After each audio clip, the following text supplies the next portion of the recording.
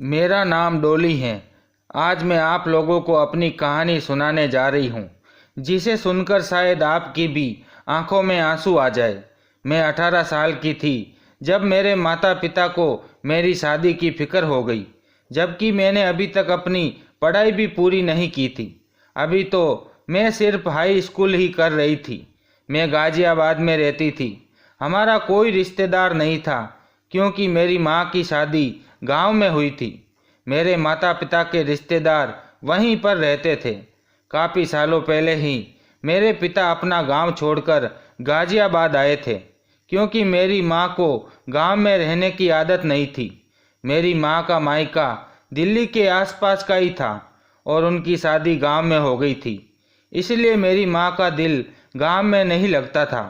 मेरे पैदा होते ही उन्होंने गांव छोड़ दिया था। मेरे पिता गाजियाबाद में एक फैक्ट्री में मजदूरी किया करते थे। पिताजी की कमाई से बहुत ज़्यादा पैसे तो नहीं आते थे, लेकिन जितने भी आते थे हमारा घर का गुजारा अच्छे से हो जाता था। मैं अपने माता पिता की इकलौती औलाद थी।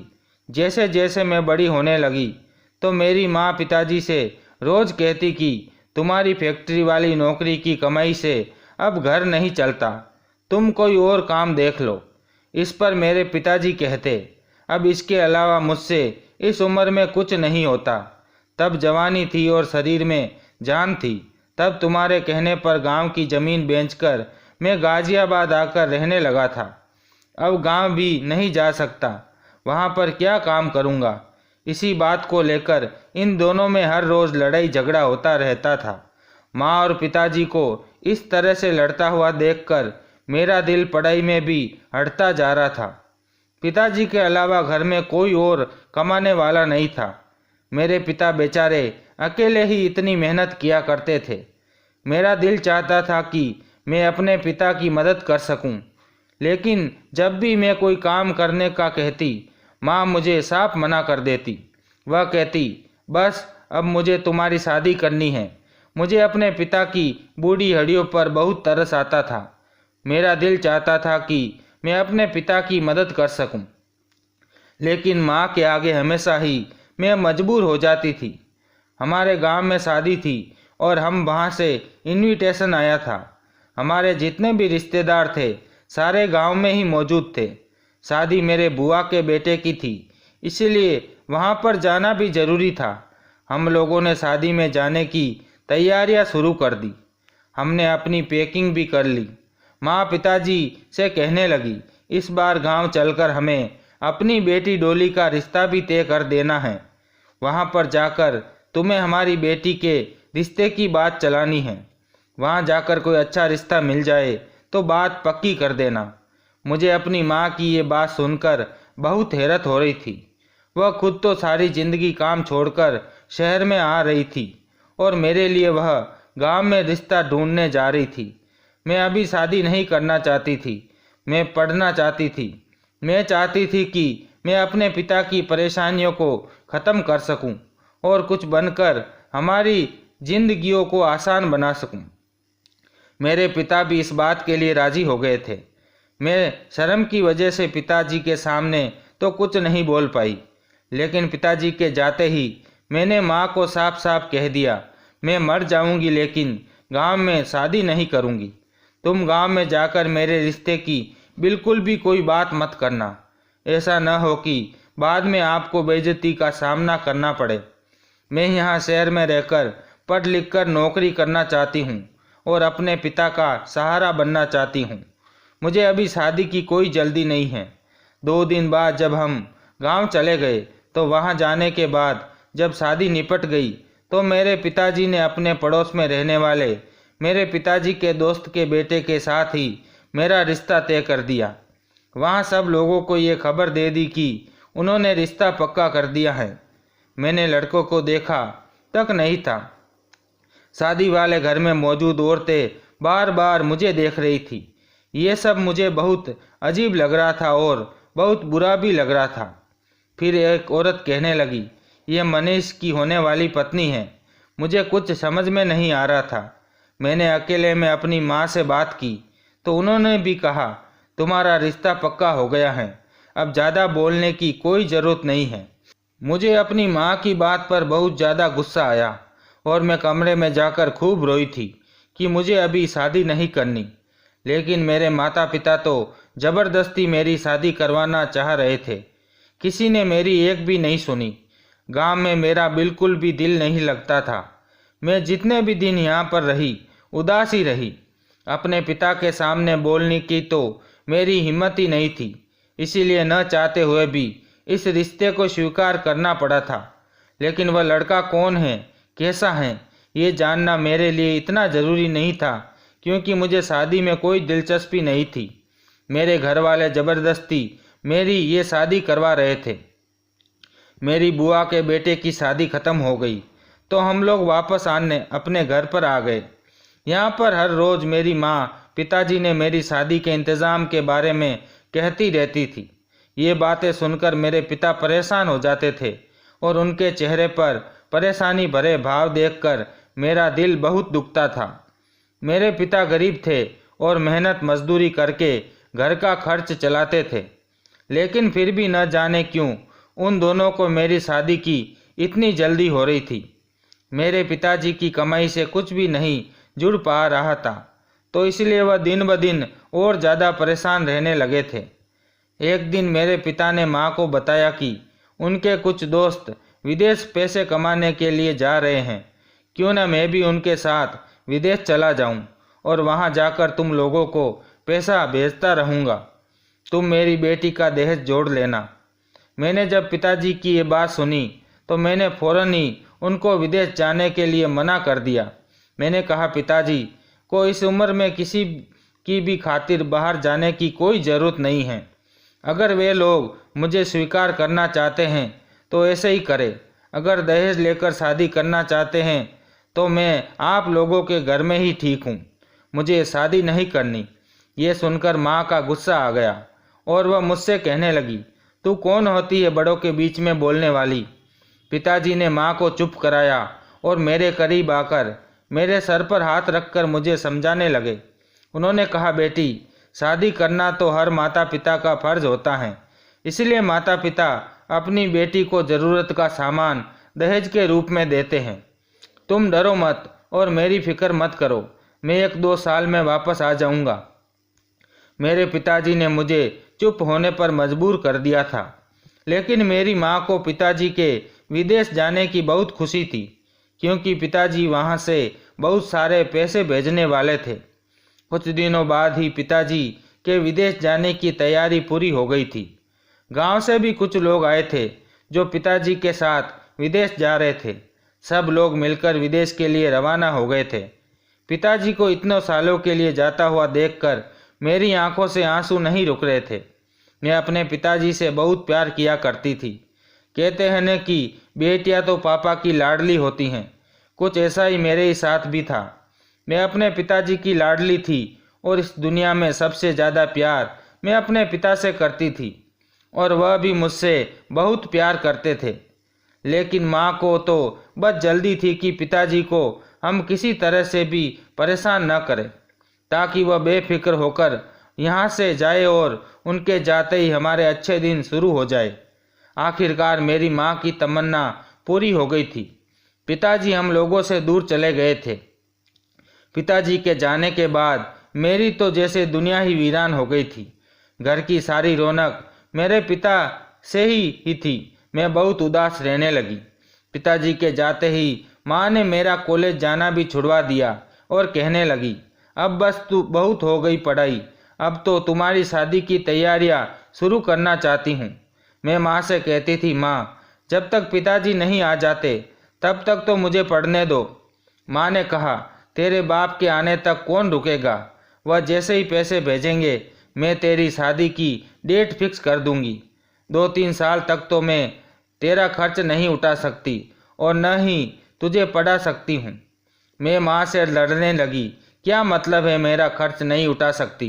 पिताजी के आने तक मैं इस घर से कहीं भी नहीं जाऊंगी।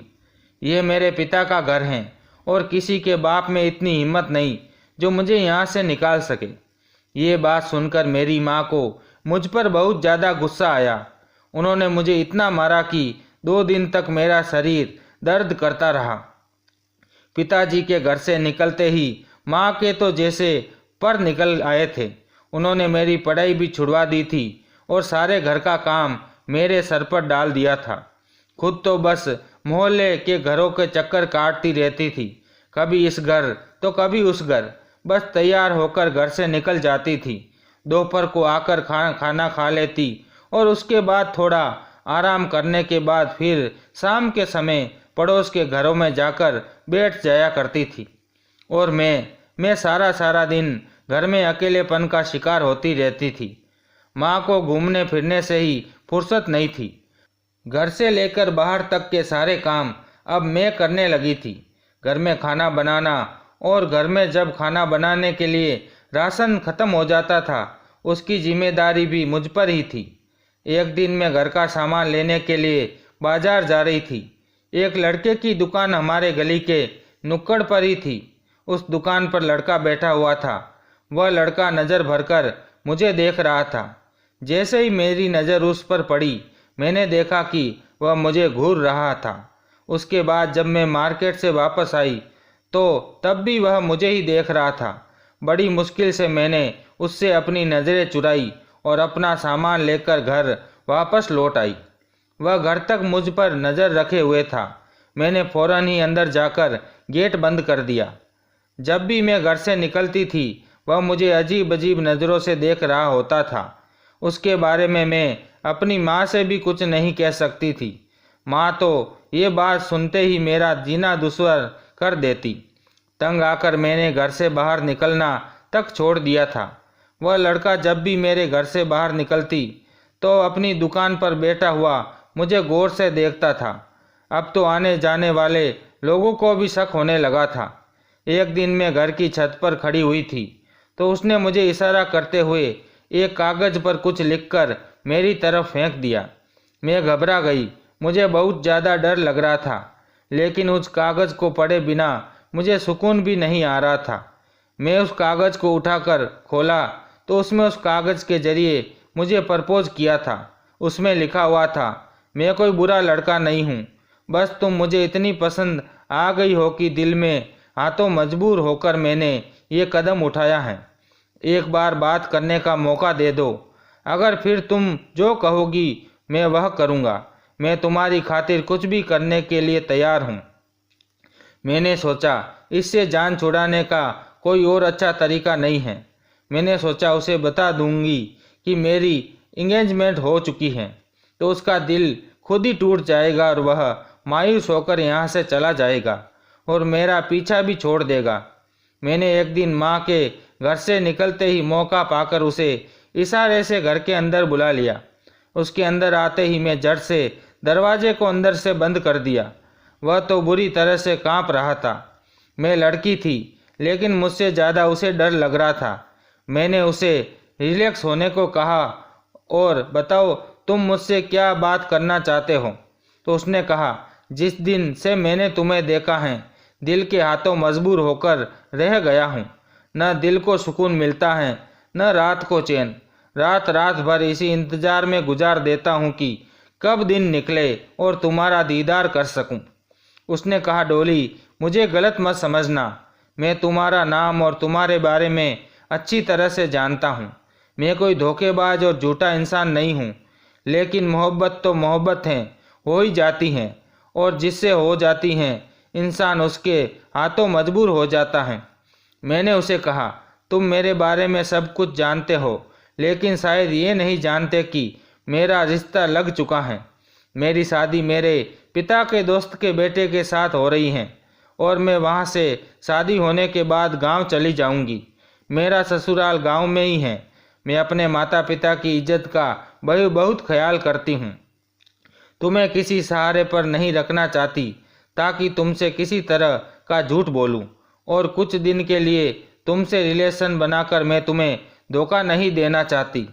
ये सब सुनकर वह थोड़ा सैड हो गया था, लेकिन मेरा सच बोलने से वह बहुत ज़्यादा खुश हुआ था। उसने बताया, ये नुक्कड़ वाली दुकान मेरे पिता की है। कभी कभी मैं इस दुकान पर बैठ जाता हूँ और वही मेरे घर भी हैं। मेरे परिवार में मैं और मेरे पिता हैं। हम दोनों इसी दुकान से अपना गुजर बसर करते हैं, लेकिन हमारी ज़िंदगी बहुत अच्छी गुजर रही है। मेरी शादी हो जाएगी तो शायद घर में कोई औरत आ जाएगी। मेरी माँ काफ़ी सालों पहले गुजर चुकी हैं और मेरी बहन की शादी भी 2 साल पहले हो गई। उसने कहा, ज़िंदगी में अगर कभी भी कोई काम या कोई ज़रूरत हो तो तुम मुझे ज़रूर याद करना। भले ही तुम मेरी किस्मत में नहीं हो, लेकिन मेरे दिल में हमेशा रहोगी। मैंने उसकी फीलिंग्स देखी थी कि वह कोई आवारा या फिर लोफर टाइप का लड़का होगा तो मेरे पीछे पड़ा है, लेकिन उसके साथ बात करके मुझे एहसास हुआ कि सच में मुझसे कोई इतनी मोहब्बत भी कर सकता है। ये सब सोचकर मेरी भी आंखें भर आई, और जब जाते समय वह मुझे गुड बाय बोलकर गया तो मैंने उसकी आंखों में भी आंसू देखे थे। वह मुझे सच्चे दिल से चाहने वाला इंसान था, और इतने अच्छे इंसान को गंवाने का मुझे बहुत दुख हुआ था। इसके बाद भी जब मैं घर से किसी काम के लिए निकलती थी तो वह मुझे अपनी दुकान में बैठा हुआ दिख जाता था। उसकी दुकान के आगे से निकलते हुए मुझे भी अपनी आंखों पर काबू करना नहीं आता था। मैं किसी न किसी बहाने से उसे निहार कर उठाकर देख लेती। जब मैं उसे देखती थी तो वह मेरे दिल की गहराई तक उतर जाता था। वह बहुत ही अच्छा लड़का और शरीफ था। उस दिन के बाद उसने कभी मुझे तंग नहीं किया था, और न ही कभी उस दिन के बाद उसने मुझे दोबारा बात करने की कोशिश की थी। बस कभी कभी हमारी नज़रें एक दूसरे की नज़रों से मिल जाया करती थी। जाने अनजाने मुझे भी पता नहीं चला कि कब मैं भी उसको पसंद करने लगी थी, और मेरे दिल में भी उसके लिए मोहब्बत जागने लगी थी। लेकिन पिता की इज्जत के खातिर मैंने अपनी फीलिंग्स को दबा दिया था। मेरे पिता विदेश में मेरे लिए मेहनत कर रहे थे। मैं उनकी इज्जत पर आंच कैसे आने दे सकती थी। इसी कारण मैंने अपने दिल को संभाल लिया था। वह मुझे कितना भी चाहता हो और अच्छा लड़का हो, लेकिन मेरी किस्मत मेरे पिता के फैसले की मोहताज है। इसके बाद कभी मेरी उससे बात नहीं हुई, और न ही मैंने जान पहचान बढ़ाई। बस आंखों ही आंखों में हमारी ज़रूरत पूरी हो रही थी। इसी तरह से अगले 4 महीने तक ऐसा ही चलता रहा। 4 महीने बाद पिताजी ने विदेश से काफ़ी सारा सामान और मेरे दहेज के लिए काफ़ी सारे पैसे भी भेज दिए। मेरी माँ ने अकेले ही मेरी शादी करने का फैसला कर लिया था, और मेरे ससुराल में कह दिया था कि मैं कुछ लोगों को लेकर मेरे घर बारात लेकर आ जाए। मैंने अपनी माँ को ये शादी करने से बहुत रोका कि पिताजी के आने से पहले मुझ पर यह जुल्म मत करो। मुझे अपने माता पिता के आशीर्वाद के साथ विदा होना है। लेकिन मेरी माँ ने मेरी एक नहीं सुनी। कुछ दिन बाद गांव के कुछ लोग आकर शादी की डेट फिक्स करके चले गए। मैंने अभी तक लड़के की फ़ोटो तक नहीं देखी थी, और दिन रात रोती रहती थी। माँ ने पिताजी से कहकर अपना फैसला ज़बरदस्ती मनवा लिया। पिताजी ने फ़ोन पर बात की और शादी के लिए राज़ी होने को कहा। पिताजी मुझसे कहने लगे, मेरा आशीर्वाद हमेशा मेरी बेटी के साथ रहेगा। मैं हमेशा अपने पिता की बात के आगे झुक जाती थी, और इस बार भी पिताजी के कहने पर मैं ही चुप थी और उसी को मान लिया था। शादी की तैयारियां बढ़ती गई। धीरे धीरे मेरा दम घुटने लगा था। कोई भी ऐसा इंसान नहीं था जो मेरी साइड ले सके, जो मुझे तसल्ली दे। मेरी माँ तो बस हर समय शॉपिंग करने में ही लगी रहती थी। वह पिताजी की कमाई को दोनों हाथों से लुटाने में लगी हुई थी। कुछ कपड़े मेरी शादी के लिए बनाती तो अपने लिए उससे डबल कपड़े लेकर आती थी। माँ ने पड़ोस के शादी का इनविटेशन भी देना शुरू कर दिया था, और इन्हीं औरतों को अपने साथ शॉपिंग लेकर जाती थी।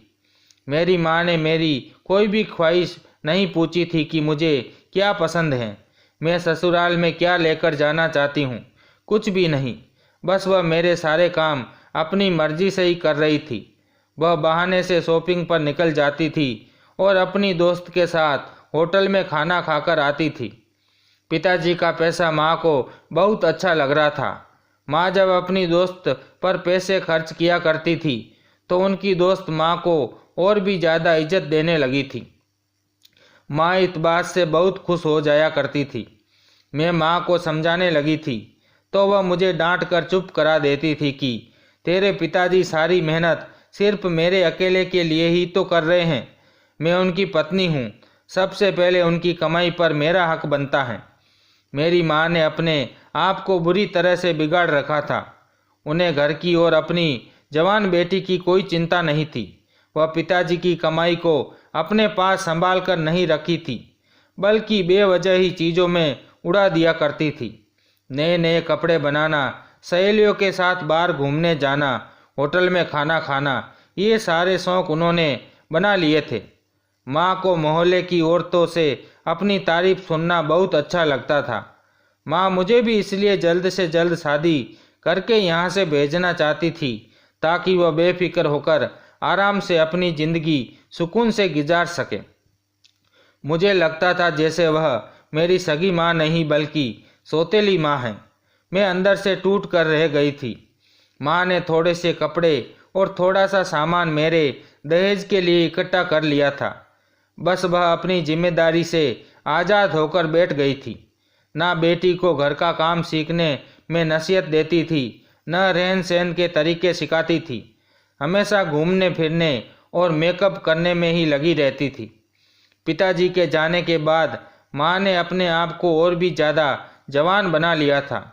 मेरी शादी की डेट फिक्स हो चुकी थी और धीरे धीरे मेरी शादी के दिन करीब आ रहे थे। मैं हर रोज़ चूल्हे पर जल रही थी। मेरी माँ ने मेरे सारे सपनों को चकनाचूर कर दिया था। मैं पढ़ लिख कर कुछ बनना चाहती थी, लेकिन शादी होने के बाद मेरे सारे शौक़ खत्म होने वाले थे। मेरी माँ को ना मेरे आराम का कुछ ख्याल था, ना ही मेरी शादी की कोई ज़्यादा फिक्र थी। माँ कहती थी गांव के लोग ज़्यादा मेकअप वगैरह नहीं जानते, इसीलिए तू जैसी हैं वैसी ठीक है। तुझे कुछ भी करने की कोई ज़रूरत नहीं है। वैसे भी तू खूबसूरत है। तेरे पति तुझे ऐसे ही पसंद कर लिया है। ये सब सुनकर मेरा दिल टूट जाता था। मुझे लगता था जब उनको किसी बात का पता ही नहीं है तो मेरा रिश्ता गांव में क्यों किया था। कभी कभी तो मेरा दिल चाहता था कि मैं रितेश के साथ भाग जाऊं। रितेश जो मुझसे बहुत प्यार करता था, लेकिन पिताजी का ख्याल हर समय मुझे रोक लेता था।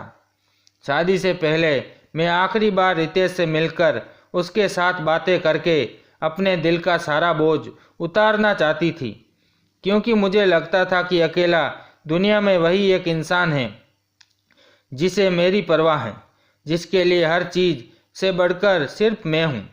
एक दिन माँ के घर के जाने के बाद मैं भी घर में ताला लगाकर चुपचाप रितेश की दुकान पर चली गई। मैं उसकी दुकान पर चढ़ गई थी। मुझे देखकर वह फौरन उठकर खड़ा हो गया। वह मुझे देखकर बहुत खुश हुआ।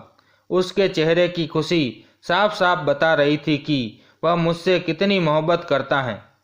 फिर मैंने उसे एक लेटर दे दिया जिसमें लिखा हुआ था कि कल दोपहर 3 बजे मुझे लेने आ जाना। मैं तुमसे दूर अकेले में कुछ बात करना चाहती हूँ। रितेश ने वह लेटर बिना पढ़े ही अपनी जेब में डाल दिया और मैं वापस अपने घर चली गई। रोज़ माँ 3 बजे अपनी दोस्त के साथ कहीं न कहीं जाया करती थी। माँ घर से चली गई थी और मैं अकेली थी, इसलिए मैं अपने दिल का सारा बोझ उतारना चाहती थी। अगले दिन जब माँ चली गई तो उसके जाते ही मैंने घर के दरवाजे के अंदर से बंद कर लिया ताकि उन्हें कि मैं घर के अंदर ही हूँ। जैसे ही 3 बजे का समय हुआ, रितेश अपनी बाइक के साथ गली में मौजूद था। मेरी नज़र उस पर पड़ी तो मैं मुस्कुरा दी। सामने वह भी मुझे देखकर मुस्कुरा रहा था। माँ तो घर से जा चुकी थी। अब मेरे पास अच्छा बहाना था। मैंने रितेश को इशारा करके रुकने के लिए कहा और अपने चेहरे को दुपट्टे से अच्छी तरह ढक लिया ताकि मुझे कोई पहचान न सके। वैसे भी माँ को अब शाम के समय ही वापस आना था। मुझे डर था कि कहीं कोई मुझे उसके साथ पहचान न ले, इसलिए अपना चेहरा छुपाना जरूरी था। थोड़ी दूर पैदल चलने के बाद मैं उसकी बाइक पर बैठ गई। जिंदगी में पहली बार मैं किसी अनजान लड़के के साथ बाइक पर बैठी थी। उसने बाइक स्टार्ट करते वक्त मुझसे संभल कर बैठने को कहा। मैंने अपना एक हाथ उसके कंधे पर रख लिया। वह बहुत खुश हो गया। फिर हम बहुत दूर तक चलते रहे। थोड़ी देर के बाद उसने बाइक एक रेस्टोरेंट के सामने रोक दी। उसके बाद हम रेस्टोरेंट के अंदर चले गए। वहाँ पर काफ़ी सारे लोग बैठे थे, लेकिन कोई भी हमें नहीं जानता था। हम दोनों एक कोने की जगह पर जाकर कुर्सी पर बैठ गए। जितेश ने 2 कोल्ड ड्रिंक ऑर्डर कर दी। काफ़ी देर तक हम दोनों खामोश बैठे रहे। ना हम दोनों के बीच कोई रिश्ता था, ना ही किसी तरह के रिश्ते की कोई उम्मीद, लेकिन फिर भी हम दोनों साथ आ गए थे, क्योंकि कुछ भी न होते हुए भी हमारे दिलों में मोहब्बत थी। इतने में वेटर कोल्ड ड्रिंक लेकर आ गया। जितेश ने मुझसे कहा कि अगर तुम कुछ और खाना चाहती हो तो मैं तुम्हारे लिए ऑर्डर कर देता हूँ। मैंने कहा नहीं, मैं कुछ नहीं खाना चाहती। हमारी बात यहीं से शुरू हुई। मैंने कहा रितेश, शायद इस तरह से ये हमारी पहली और आखिरी मुलाकात होगी, और 4 दिन बाद मैं हमेशा के लिए किसी और की बन जाऊंगी। लेकिन इससे पहले मैं अपने दिल का बोझ उतारना चाहती हूँ और तुम्हें सच्चाई बताना चाहती हूँ कि तुम्हारी मोहब्बत सिर्फ एक तरफा नहीं है। जितेश, तुम्हारी मोहब्बत में इतनी ताकत थी कि मैं भी तुझसे मोहब्बत करने पर मजबूर हो गई। लेकिन किस्मत ऐसी है कि तुम मेरी ज़िंदगी में तब आए हो जब मेरा रिश्ता तय हो चुका है। अगर तुम पहले आए होते तो मैं सारी दुनिया से लड़कर भी तुम्हारे अलावा किसी से रिश्ता नहीं जोड़ती। लेकिन अब मैं क्या करूं? मेरे पिताजी मेरी शादी की खातिर दूसरे देश में दिन रात मेहनत कर रहे हैं। अब मैं कैसे उनकी सारी मेहनत बर्बाद करके उन्हें बेइज्जत कर दूं, क्योंकि वह अपने गांव में अपनी जुबान देकर आए हैं। रितेश मेरी बातें सुनकर बिल्कुल बिखर गया। उसे मुझसे मिलकर इतनी खुशी हुई थी, उतना ही ज़्यादा दुख भी हुआ कि वह मुझे हासिल नहीं कर सकता। फिर भी उसने अपने आप को बड़ी मुश्किल से संभाला और मुझे तसल्ली दी। उसने कहा, दुनिया में हर कोई अपनी मोहब्बत को हासिल नहीं कर पाता। बस हमारे लिए इतना ही काफ़ी होना चाहिए कि हमें मोहब्बत की ये बात सुनकर मैं टूटकर रोने लगी। वह मुझे चुप कराने की 1000 कोशिशें कर रहा था और खुद भी रो पड़ा। उस दिन हमने ज़िंदगी की बहुत सारी बातें एक दूसरे से साझा की और इस वादे पर एक दूसरे से अलग हुए कि ज़िंदगी में अगर कभी भी हमें एक दूसरे की ज़रूरत पड़ी तो कहने से भी नहीं घबराएंगे। उसने मुझसे कहा, जितनी भी वक्त गुजर जाए हमेशा तुम्हारी ज़रूरत मेरी पहली जिम्मेदारी होगी। कुछ दुख, कुछ हंसी और कुछ मजाक की बातें करते हुए हमने वह दिन अच्छे तरीके से बिताया। वहीं रेस्टोरेंट में बैठकर हमने खाना भी खाया और फिर वह मुझे घर छोड़ने आया।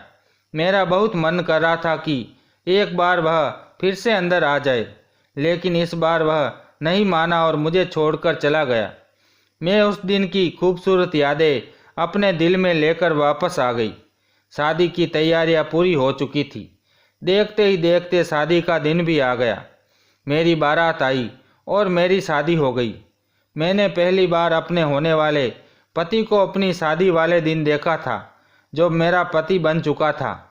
वह कोई ज़्यादा अच्छा नहीं था, बस नॉर्मल सी शक्ल वाला, गांव में रहने वाला लग रहा था।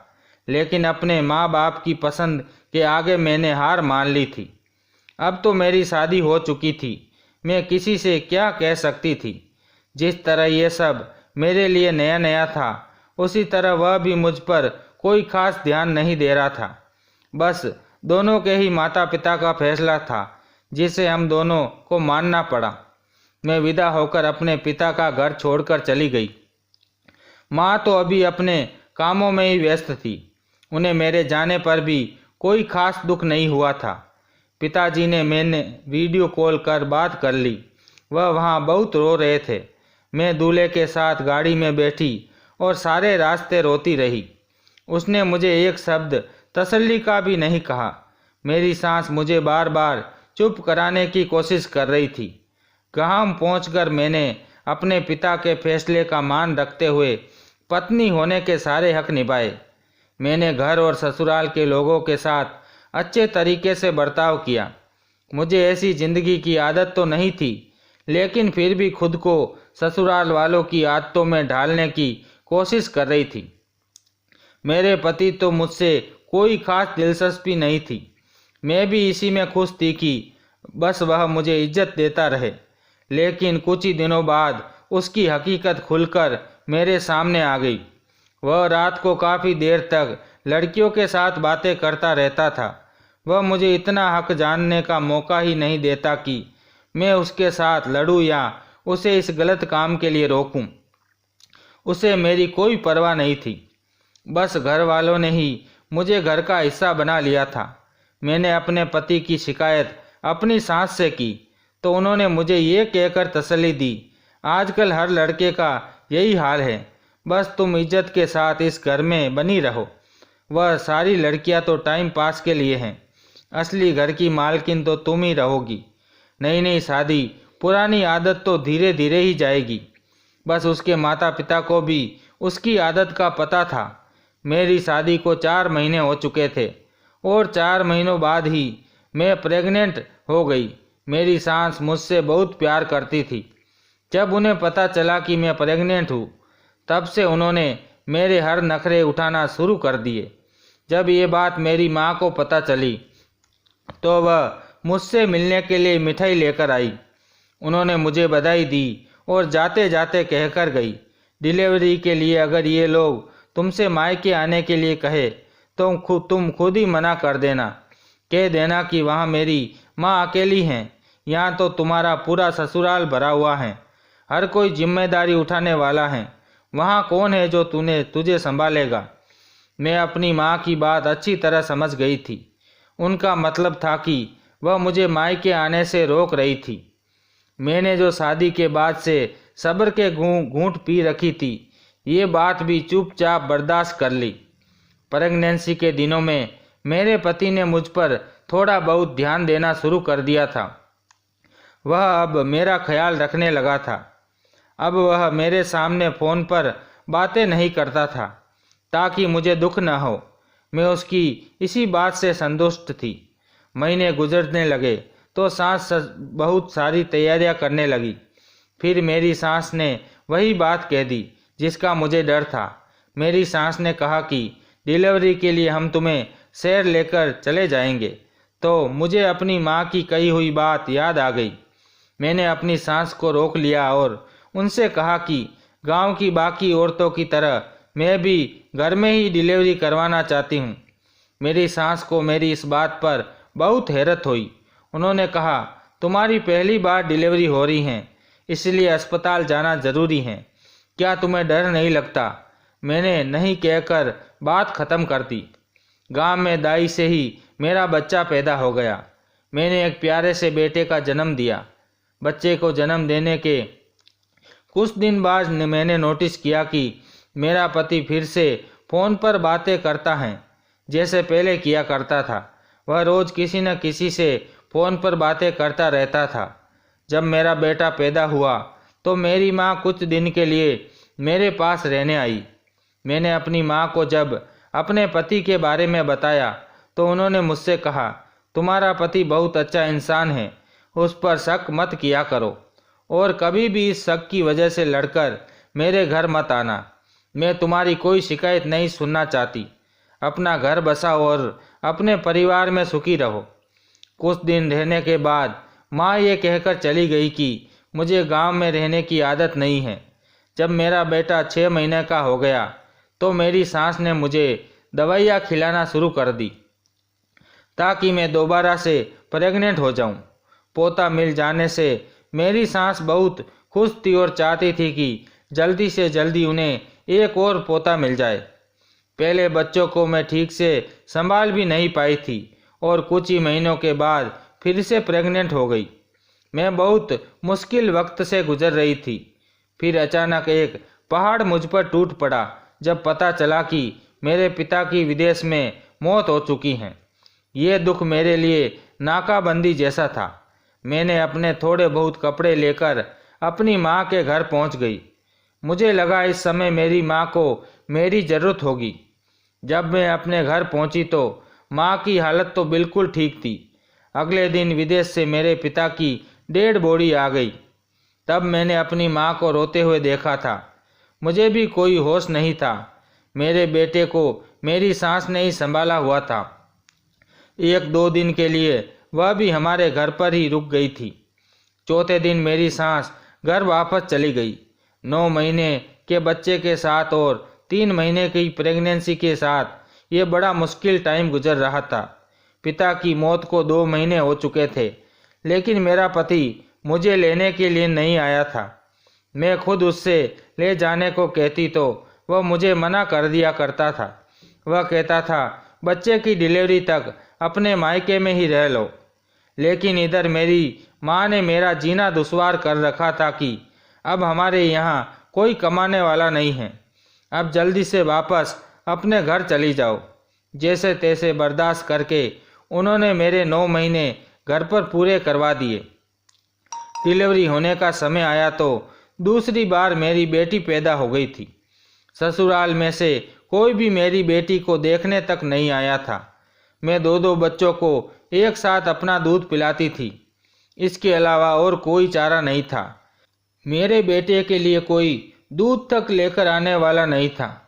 माँ कहती थी इसके पिता से इसका खर्च मंगवा लो, और मैं अपने पति से कहती तो वह कहता अभी यहाँ पर वापस मत आना, बेटे का ख्याल वहीं शहर में रह कर रखो, कुछ दिन बाद आकर मैं खुद तुम्हें ले जाऊंगा।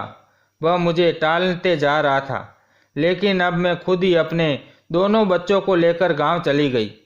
गांव जाकर देखा तो ये देखकर मैं हैरान हो गई कि मेरी पति ने अपनी गर्लफ्रेंड से शादी कर ली थी और मेरे हाथ में तलाक के पेपर थमा कर कह दिया कि इस घर में तुम्हारे लिए कोई जगह नहीं है। मैंने अपने दोनों बच्चों को लेकर वापस शहर आ गई थी। अब मेरे पास और कोई चारा नहीं बचा था। तलाकशुदा होकर मैं दोबारा अपनी माँ के पास वापस आ गई थी। मेरी माँ ने उधर खूब हंगामा कर दिया कि मेरी ही गलती होगी, तभी तो तेरे पति ने दूसरी शादी कर ली और तुझे अपने पति का घर नहीं छोड़ना चाहिए था और ना ही इधर रहने के लिए आना चाहिए था। जिस पिता की खातिर मैंने ये सब बर्दाश्त किया वह भी जिंदा नहीं रह सके। माँ से तो वैसे भी मुझे कोई उम्मीद नहीं थी। उन्होंने मुझे घर से निकालने की कोशिश की तो मैंने अपने पिता की जायदाद से हिस्सा मांगने की बात दी, जिससे मेरी माँ बुरी तरह से डर गई थी। तब जाकर उनकी जुबान बंद हुई थी। मुझे पढ़ाई तक पूरी नहीं करने दी थी। अगर मैं पढ़ी लिखी होती तो कोई जो भी कर लेती। अपने बच्चों के सो जाने के बाद मैं नौकरी की तलाश के लिए घर से निकल जाती। इस तरह से मैंने बहुत सारे धक्के खाए, तब जाकर मुझे नौकरी मिली। मुझे एक बड़ी कंपनी में सफाई करने की नौकरी मिल गई थी। मुझे यही नौकरी मिल सकती थी क्योंकि मैं इतनी ज़्यादा पढ़ी लिखी नहीं थी कि मुझे कोई अच्छी नौकरी मिल सकती। वहाँ पर नौकरी करते हुए मुझे 3 महीने गुजर गए थे। मैं अपने बच्चों को माँ के हवाले करके काम पर जाती थी। माँ मेरे बच्चों का ख्याल ध्यान तो नहीं रखती थी, लेकिन जब उन्हें पैसों का लालच हुआ तो वह मेरे बच्चों का ख्याल रखने लगी। मैंने अभी तक कंपनी के मालिक को नहीं देखा था। एक दिन जब मैं मालिक के ऑफिस में सफाई करने गई तो ये देखकर हैरान रह गई कि कंपनी का मालिक और कोई नहीं बल्कि रितेश था। मैंने ऑफिस में रितेश की लगी हुई तस्वीर को देखा था।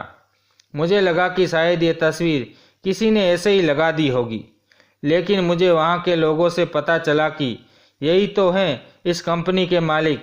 अब मुझे रितेश से मिलने की बहुत चाहत होने लगी, क्योंकि मैंने उसे 2 साल बाद फ़ोटो में देखा था। जैसे ही रितेश ऑफिस में आया तो मैं उसके सामने आंखों में आंसू लिए खड़ी हुई थी। रितेश भी मुझे अपने ऑफिस में देखकर हैरान रह गया था। फिर इसने मुझे अपने ऑफिस में बुलाया और मुझसे पूछा, तुम यहाँ पर क्या कर रही हो? मैंने उसे बताया कि मैं तुम्हारे ऑफिस में 3 महीने से काम कर रही हूँ। रितेश ने कहा, लेकिन तुम यहाँ पर काम क्यों कर रही हो? मैंने उसको अपनी सारी कहानी बता दी कि शादी के बाद मेरे साथ क्या क्या हुआ था। ये सुनकर रितेश की आंखों में आंसू आ गए। वह मुझसे कहने लगा, मैं पिछले 3 महीने से काम के सिलसिले में शहर से बाहर गया हुआ था। अगर मुझे पता होता कि तुम मेरे ऑफिस में नौकरानी का काम कर रही हो तो मैं तुम्हें हरगिज़ ये काम करने नहीं देता।